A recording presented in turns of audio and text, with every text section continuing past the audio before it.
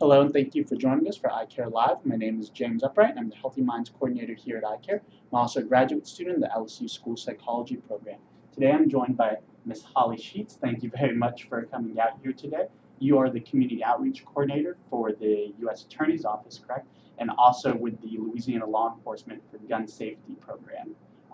So I want to go ahead and just make clear that sometimes we may be referring to this program as LEGS, given the long Louisiana Law Enforcement for Gun Safety Correct. name for it. So for any listeners out there, if you hear us referring to LEGS, we're talking about the program. So just to go ahead and get the ground running, what is LEGS? Can you describe what its mission and purpose is for our audience and our viewers out there? Sure. So LEGS is a public health and safety initiative that's led by law enforcement agents across the state, as well as my office.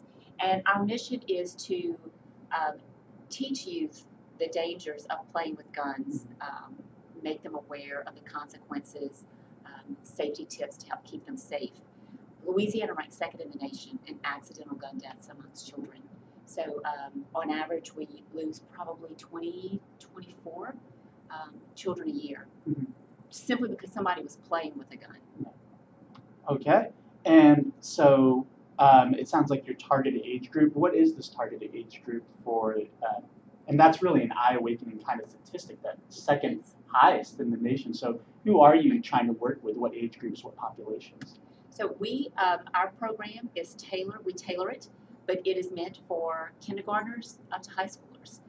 We also talk to parent organizations, so PTOs. Sometimes during their meetings, we'll get asked to go and present to the parents just to make them aware of some things that they may want to talk to their children about. And then could you explain to us what kind of these presentations or the program looks like when you're working with the students? So it's a classroom setting, okay. Typically 45 minutes, but we fit it within the hour or the class time that we have. Okay. It starts out as an interactive lecture. Okay. And we ask awareness questions just to keep the children engaged. It's led by myself. We have law enforcement agents, like I said, usually the Baton Rouge City Constable's Office, Baton Rouge Police Department, the Sheriff's Office, and we have props that we take with us, which sounds pretty unconventional, but it works. Yeah. The children never come into contact with these firearms. They're all disabled. Okay. And our purpose for that is to show that you cannot tell the difference between a real and a toy gun because of the looks, the weight, the material it's made of, the colors. In every one of these accidents that happen, it's one of two things. Kids either thought that the guns were unloaded or it was a toy. Okay. And so through that demonstration, we show them how difficult it is, and sometimes it's impossible. How it's impossible to check and see if a gun is, or to see if a gun is unloaded. You have to maneuver, you have to physically handle that, and that's where a lot of our accidents happen. Then at the end, we answer any questions that the children have.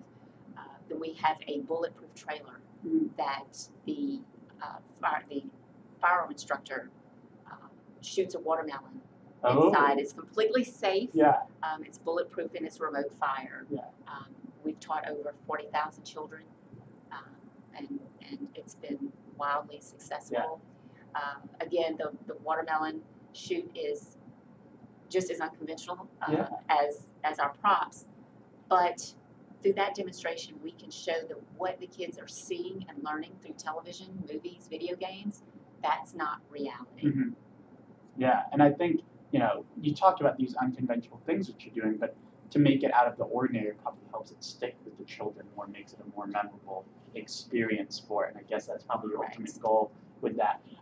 What kind of age groups are you finding yourselves normally being called in to work with, and do you guys feel like there's an ideal age range that you think that this is the most, like how early do you guys want to get in and start getting this information to children? I personally love starting with kindergarten. Okay. I in the past have gotten concerns that it's too young, but these children, we don't give them credit for knowing the things that they know. Yeah. We as parents or adults may have firearms in our homes and cars, and we may think that they're hidden, whether it's under a mattress or in a closet or whatever. These children know, or they get curious. And so the younger that we can start educating them, I think the better our chances, because we do have accidents that involve children as young as 3. It's not just for the high schoolers. Mhm. And I think it's important to understand that, I know in public there's a lot of talk about gun debate Mhm. and all this sort of thing. I think it's important for people to understand that we are not taking a stance on the Yeah. gun debate. That's not what our program is. But what everyone needs to acknowledge is that guns are a part of our society, whether you're for them or against them, whether you own them or you don't. The possibility that a child is going to come in contact with a gun at some point, it could be in a playground, it could be a friend's house or a relative's house, it's very, very high here in Louisiana. And so these children need to understand how dangerous it is and what to do when they find one. And so this sounds like it's a great presentation that you guys are coming out. You've got law enforcement agents. You have all these resources that you're using. Is there any cost to the school for you to come out and do this sort of presentation for them? Yeah, no, there is no cost associated. Yeah. This is, another aspect of our jobs for community outreach. That's excellent. And then I guess on the flip side of that too, I know some administrators are often concerned about their instructional time and protecting that. How do you guys work with teachers in that way, or administrators in schools, to make sure that you're able to provide what is this kind of vital information? Like you said, this is a nonpartisan issue of whether not to have or have guns, but it's more about the safety of guns for children trafficking. So how do you protect the instructional time for schools when you're coming in? So we market this program as a public health and safety initiative, and we run this program through the PE hour. Okay. So they still get their credit for their health and safety education, but it does not mess up their core curriculum. Yeah, I'm sure all the administrators out there are glad to hear that. And so knowing all this, if someone wanted to come and reach out and try to set up a time for you to come out, how would they reach you? So they could just give me a call at the office. My number is 225-389-0443. Okay. And again, it's Holly Sheets, so they can just give me a call at the office. I do all the scheduling, and we can get a time for them.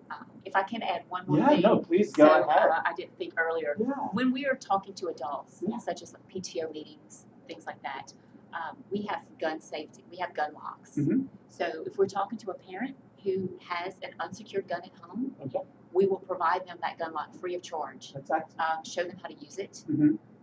Again, just to cover all aspects of safety in their home.